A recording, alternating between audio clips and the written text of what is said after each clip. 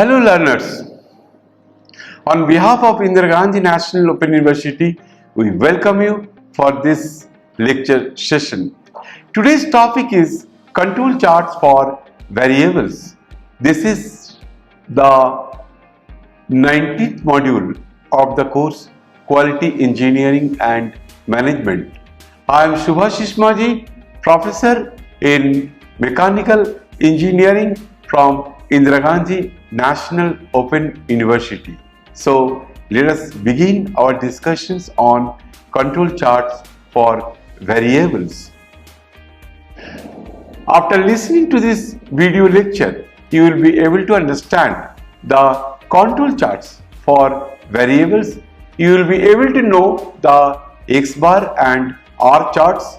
You will be able to explain the assignable and random causes, and you will also be able to solve some numerical on control charts for variables. The development of control charts by Shewhart enables one to control and stabilize the process at desired performance level and thus to bring the process under statistical control. The control chart consists of a central line corresponding to the desired standard of the level at which the process is to be performed and lines corresponding to the lower control limit and upper control limit. In short form, lower control limit we will say LCL, and in short form the upper control limit we will say UCL. These limits are chosen such that values falling between them can be attributed to chance variation, while values falling beyond them are attributed to lack of statistical control. Thus, points outside the limits will be signaling that something is wrong, an assignable cause. The assumptions underlying control charts is that measurement functions, that is the mean, for example, that is used to monitor the process parameter is distributed according to a normal distribution. This is evident from central limit theorem. The properties of a normal distribution hold for the sample parameter also. In particular, 99.73% of sample means fall within plus minus 3 standard deviation measured outward from the central value. These plus minus 3 sigma lines define the control limits in the control chart. In other words, the mean of a random sample of size n will lie between the limits. So, lower control limit is equal to mu minus 3 sigma by root n, and upper control limit is equal to mu plus 3 sigma by root n. The reason for adopting the 3 sigma limits as control limits is that it represents the natural variation in the process. It is clear that as sample size n increases, the UCL and LCL moves closer to center line, making the control charts more sensitive to shift in the mean. There are two types of control charts corresponding to measurements. In one, the observations are measured quantities, and in other, the count of number of defects in a sample. The former is called control charts for variables because there are variables that can be measured physically. The latter is termed control charts for attributes. In this lecture session, we shall see how the control charts for variables are used for statistical process control. Two types of quantities, that is the average quality of a process and its variability, should be controlled while dealing with measurement.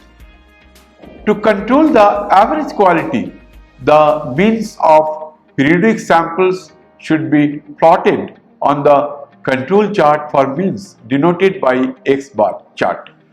The variability is controlled by plotting the sample range on R chart or standard deviation on an S chart.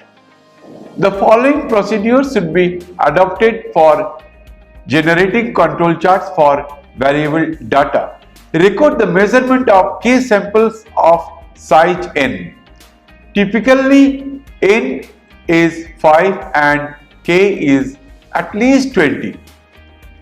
So K is the number of samples and n is the sample size. Number 2. For each of the K samples, record the mean, that is Xi bar. So if there are K samples, so you will get K number of sample mean.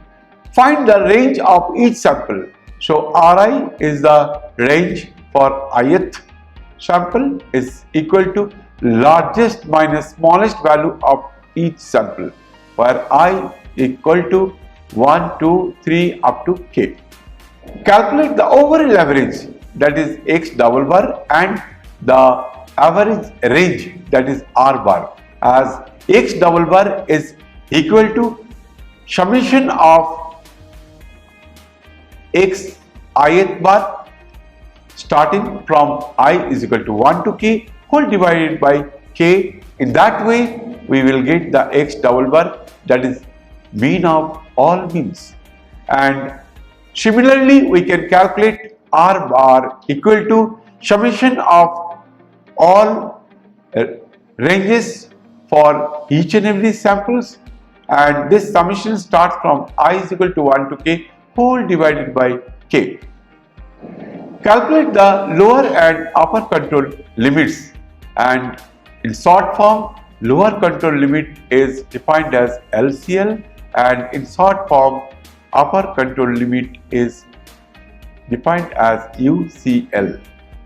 Now for X bar, LCL is equal to X double bar minus A2 R bar. UCL is equal to X double bar plus A2 R bar.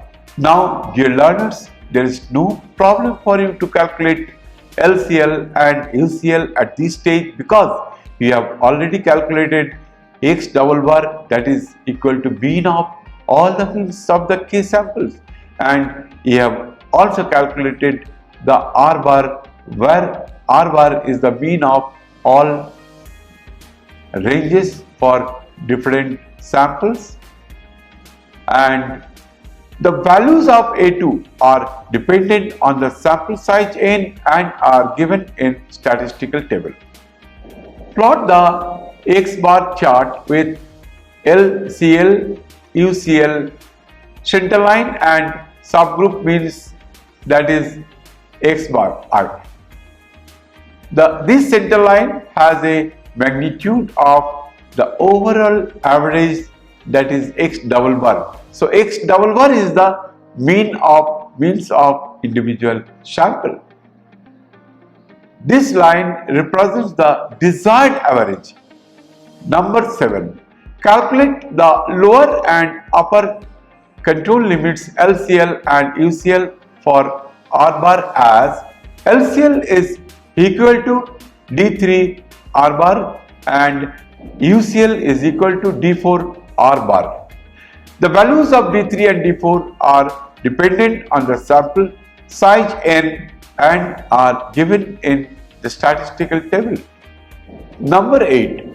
Plot the R chart with LCL, UCL, center line and subgroup range Ri. This center line has a magnitude of average range, that is R bar. This line represents a reliable estimate of the range. The process is said to be in statistical control if all subgroup means, that is xi bar, and ranges ri fall within the respective control limits. Finally, the process standard deviation can be estimated using sigma bar is equal to r bar by d2, and d2 is obtained from the statistical table. This is the table from which you can get the values of A2, D2, D3, D4 as per the sample size n. Now let us try to solve some interesting problems related to control limit. This is the exercise 1. Suppose we want to construct the R bar and R charts for 20 sets of diameters of a piston head. The data are collected from 3 different subgroups. The average of 3 subgroups are given 2.000, 2.0001, 2.0001 and so on. So there are 20 sets of data are given. The ranges obtained, that is the difference between highest and lowest in each sample, and these are given over here after calculating from equation 6.4 and 6.5. X double bar is equal to 2.000. This you can calculate the mean of all means. All means are given for different samples. From there, just add and divide by 20. That will give you the R double bar, that is known as the mean of bars. And corresponding to n is equal to 3, we have A2 is equal to 1.023, D2 is equal to 0, and D4 is equal to 2.575. Obviously, we have already calculated the R bar, that is the average range, that comes out to be 0.0005 for this particular problem. Hence, the R bar chart limits are obtained from equation 6.6 and 6.7 because LCL, lower control limit, is equal to X double bar minus A2 R bar. X double bar has already calculated. This value of A2 you can get from the statistical table, and R bar has already been calculated. Put the values of A2, R bar and X double bar and calculate the value of lower control limit. For this case, it comes out to be 1.99948. Now, in the similar way, you can calculate the value of UCL because the expression for the UCL is equal to X double bar plus A2 R bar. X double bar is already known, R bar is already calculated, and the value of A2 you can get from the statistical table. For this case, it is equal to 0.0005. Now, once you have calculated LCL and UCL, that gives you the control limit. The X bar chart is constructed with center line X double bar equal to 2.0000, and this is shown in figure 6.4. The R bar chart limits are obtained from equation 6.8 and 6.9. Here LCL, that is lower control limit, is defined as D3 R bar. R bar has already been calculated, but the value of D3 from the statistical table is equal to 0. So LCL is equal to 0 and UCL is equal to D4 R bar. D4 you can get from the statistical table, but for this case, for this sample size, the value of D4 is equal to 2.575 multiplied by the R bar comes out to be 0.001287. The R bar chart is constructed with center line R bar equal to 0.0005, and this is shown in figure 6.5. So this is the figure for 6.4 after drawing the X bar chart, and here you see the means of all samples are within the control limit. That means the process is under control. But dear students, in calculating, if you get the value of LCL, that is lower control limit, is negative, in that case you have to take LCL is equal to 0, because negative dimensions does not carry any meaning. The S chart is a plot of the standard deviation of a process taken at regular intervals. The standard deviation is a measure of the variability of a process. So the plot indicates whether there is any systematic change in the process variability. The sample standard deviation is a more efficient indicator of process variability, especially with larger sample sizes. The standard deviation can be calculated as S equal to under root summation of x minus xi whole square whole divided by n minus 1. X bar and S chart. The lower and upper control limits, that is LCL and UCL for X bar chart, are calculated as LCL equal to x double bar minus a 3 S bar and UCL is equal to x double bar plus a3 S bar, where S bar is equal to summation of S divided by K. The control limits for S chart are given by LCL is equal to B3 S bar and UCL is equal to B4 S bar. The values of B3 and B4 are dependent on the sample size, and we can get these values from the statistical table. This is the statistical table where we can get the values of A2, B3, B4, etc. Now let us discuss another exercise. Means of samples taken from a process for making nickel rod have a mean of 2 cm. The process variability is approximately normal and has a standard deviation of 0.1 cm.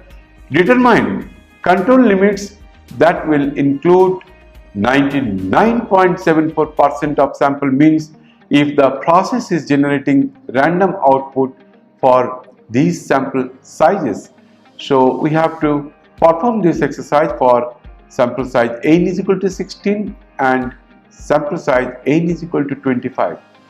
Dear learner, once you know the expression for control limits, then there is no problem for calculating the control limits for any numerical.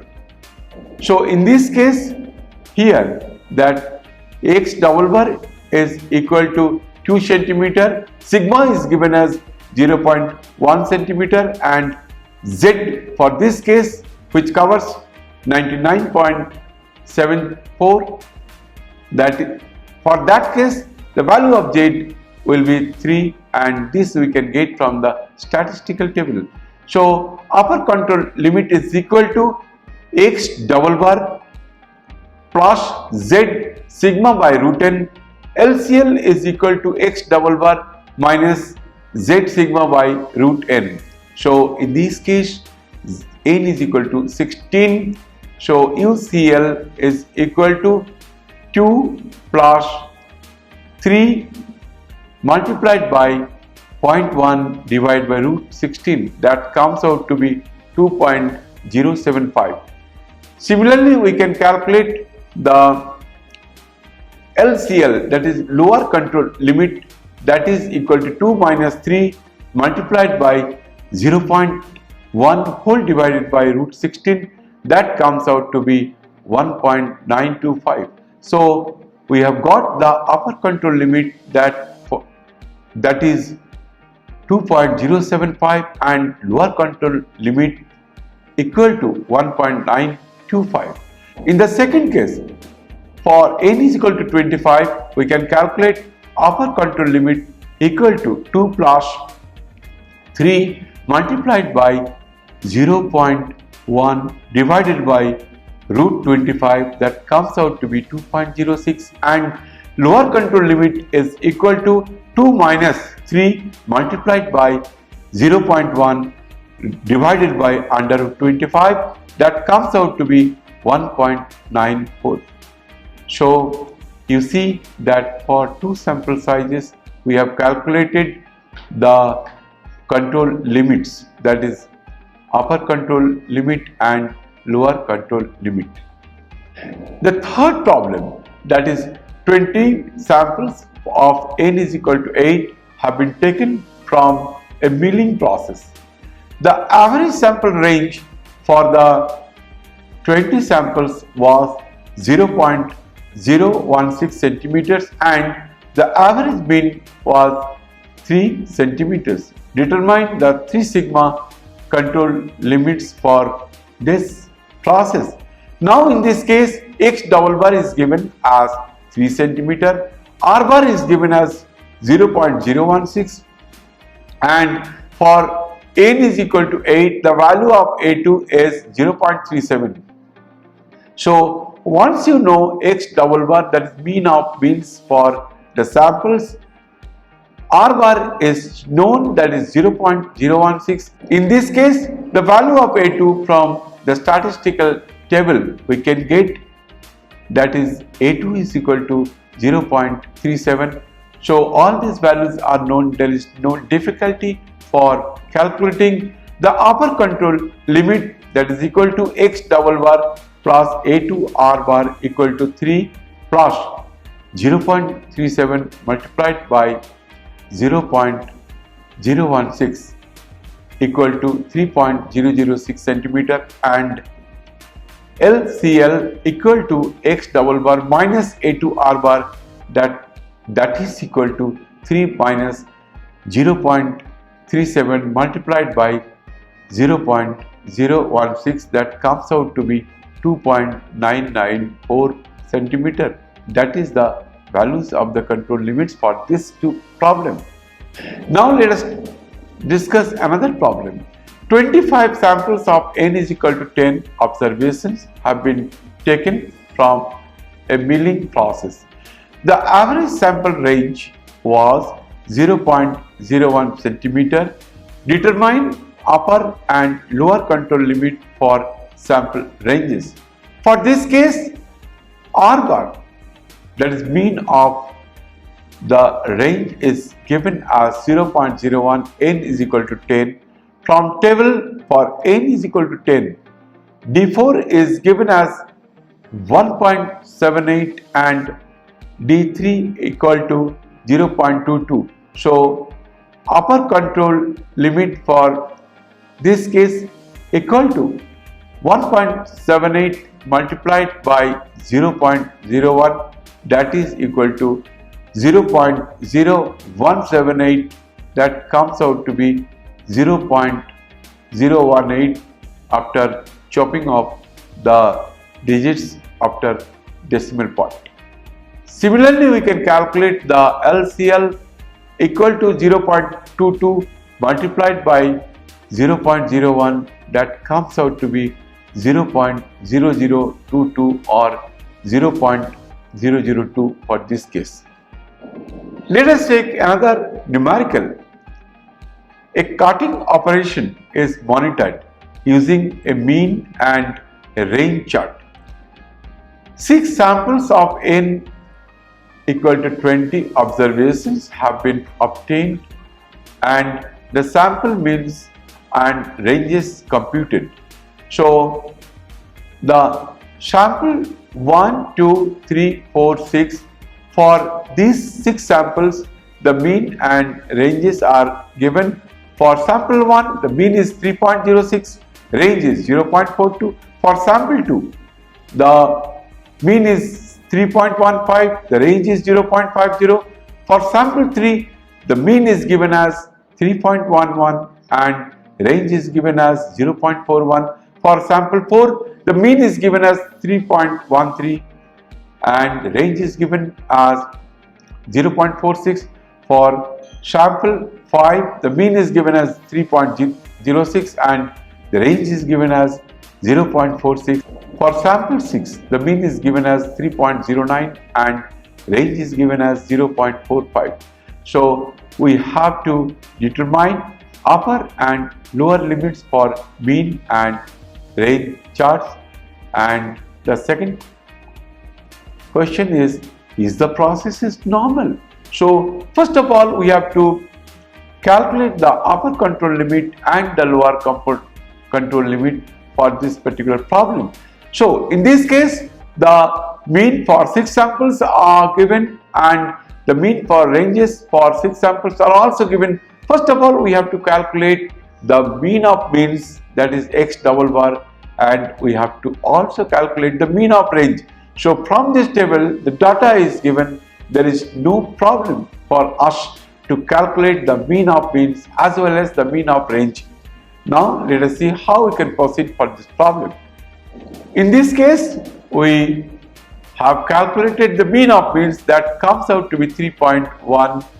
The mean of range we have calculated, that is 0.45, and the value of n is given, and for this value of n you can get the value of A2 from the statistical table. For this case, the value of A2 is equal to 0.18. So at this point, we know the mean of means, that is X bar, we know the R bar, we know the value of A2 from the statistical table, we know the expression for LCL equal to X double bar minus A2 R bar, and we know the expression for UCL, that is equal to X double bar plus A2 R bar.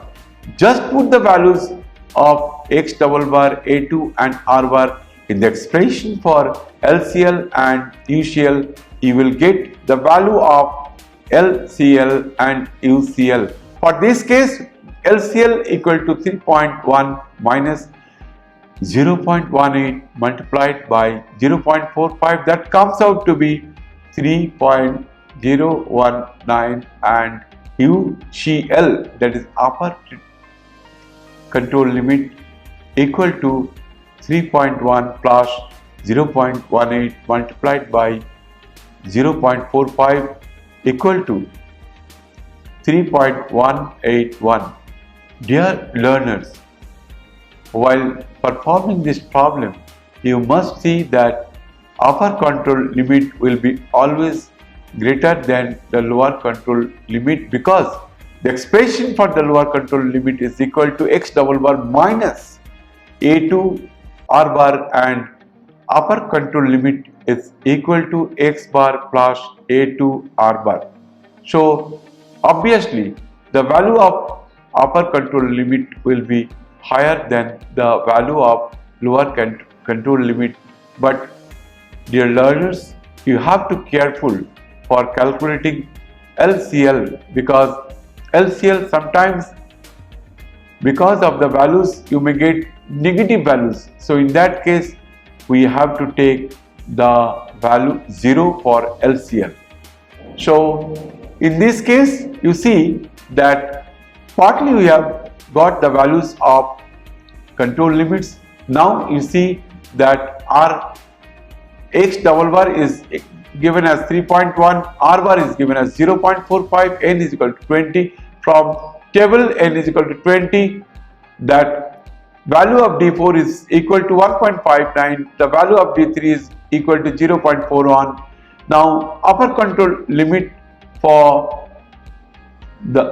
this case is equal to D4 R bar and LCL is equal to D3 R bar. So LCL equal to 0.41 multiplied by 0.45, for this case equal to 0.1845, and UCLG equal to 1.49 multiplied by 0.45 equal to 0.7155. Now you see, for this problem all the values you have got that is within the upper control limit and lower control limit. That means all the means and ranges are falling within the control limit. So the second part of the process is the process is under control? Yes, it is under control because all the means as well as the ranges are within the control limits. So the process is very much under control. Now let us summarize our discussion. Today we have discussed the control chart for variables. We have discussed the X bar and R charts. We have discussed the assignable and random causes. We have also solved some interesting numerical on control charts for variables. So in the next lecture we will take up some new topics, and by that we are finishing our today's discussions. Thank you very much.